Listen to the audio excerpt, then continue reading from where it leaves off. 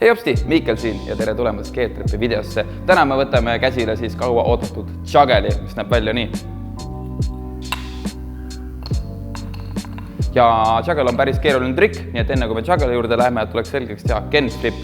Ja meil on genflipi õpetus ka, nii et kui sa veel genflipi ei oska, õpi see selgeks ja saame minna juba juggeli juurde. Nii et püsige lainel ja hakkame aga õppima. Juggel on meil siis üpris edasi jõudnud trikk, nii et enne kui seda õppima hakata, võiks olla kendama tunnet juba päris hea. Ja nagu enamus trikkidega algab kõik siis kuivast trennist ja ma näitangi ette siis kuiva trenni liigutusi, mida tuleks siis teha, et see lihasmällu settiks ning siis me läheme juba päris juggeli juurde. See näeb välja siis niimoodi, et me teeme aeglase genflipi ja samal kui genflip teeb oma asja, me käega, laba käega siis õrnalt lööme vastu palli, et me saaks selle tunnetuse kätte. Ehk siis aeglane genflip ja lööme palli laba käega. Mitte liiga kõvasti, vaid õrnalt. Umbes niimoodi. Küll te saate aru tõelest tundest.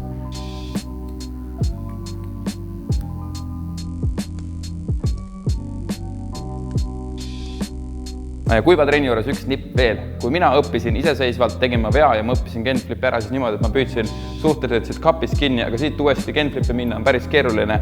Seega proovige siis alati ühest ja samast kohast visata ja kinni püüda, sest siis, kui me tulevikus hakkame tegema mitmekordseid juggeleid, on sellest palju kasu. Ehk siis jälgige, kuidas te palli lööte ja jälgige, kuidas te kinni püüate.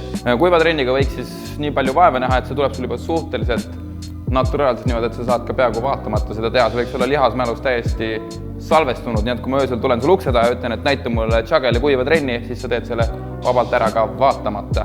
Ja kui see on sul juba käe sees, see võib võtta mõned minutid, mõnel võib võtta päevad, mõnel isegi mõned nädalad, seega kõik areneme erineva kiirusega, aga kui meil on see selge, siis me saame minna juba päris juggeli juurde.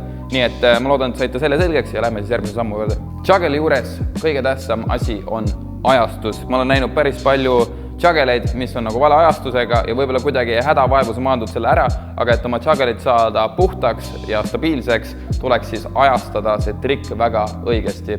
Ja selleks tulebki siis algul tõmmata palli üles ja nüüd see hetk, kui pall hakkab alla langema, alles siis me hakkame tegema juggelit. Et peamine viga, mis tehakse, on see, et tõmmatakse palli üles ja hakatakse kohe juggelit tegema. Näiteks shoutout Kemo Tasane, kes õppis selle algul valesti ära.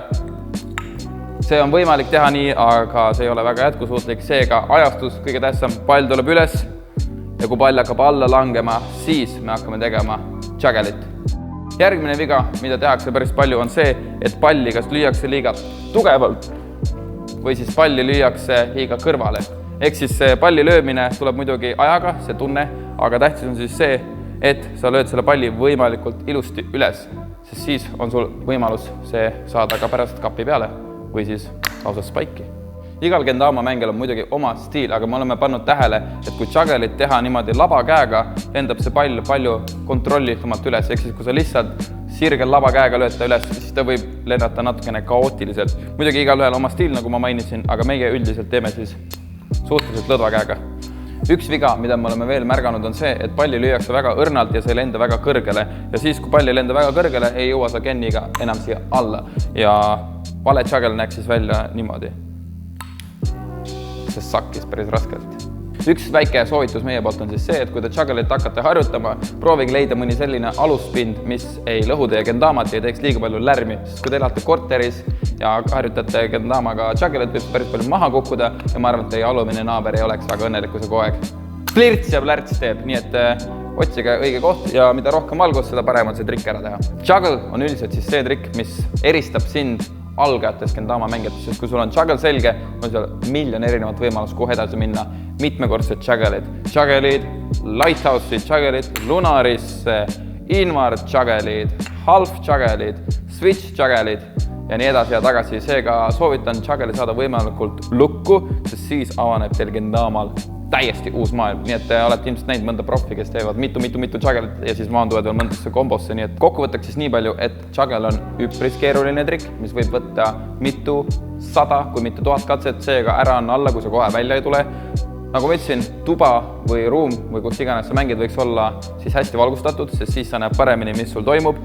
Proovi siis juggelit hoida enam-vähem raami sees, et sul ei lenda asjad liiga kaugele üksteisest, ehk siis pall otsa üles, kenn otsa üles. Ja kui tunne on, et juggel ei tule hästi välja, siis proovi analüüsida oma katseid, mida ma tegin hästi, mida ma tegin halvasti. Sest nagu ma ütlesin, peamised vead ongi siis see, et kas genflip on liiga kiire, genflip on liiga aeglane või siis palli lüüakse liiga kõrgele või palli lüüakse liiga kõrvale. Ehk siis proovi iga kord analüüsida oma katseid ja nagu me alati oleme öelnud, harjutamine teeb meistriks, nii et harjuta ja varsti oled vähemalt sama pro kui meie või isegi parem. Meie tänane video hakkabki läbi saama. Loodan südamest, et saite natukene targemaks Juggleri koha pealt. Kui teil on midagi veel ebaselget, võite kirjutada meile Facebooki või Instagrami. Ja nüüd nagu ikka magustoiduks teile mõned kombod ja suur tänu, et vaatasite. Jätke meile like, subscribe ja näeme järgmine kord.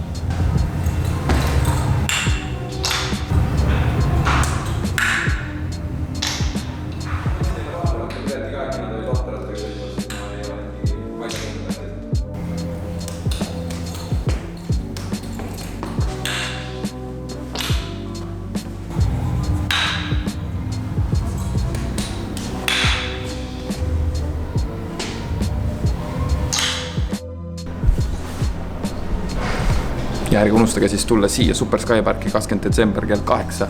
Viimane äge suur üritus Skate Trepiga see aasta, nii et kohtume siin samas ja paneme hullu!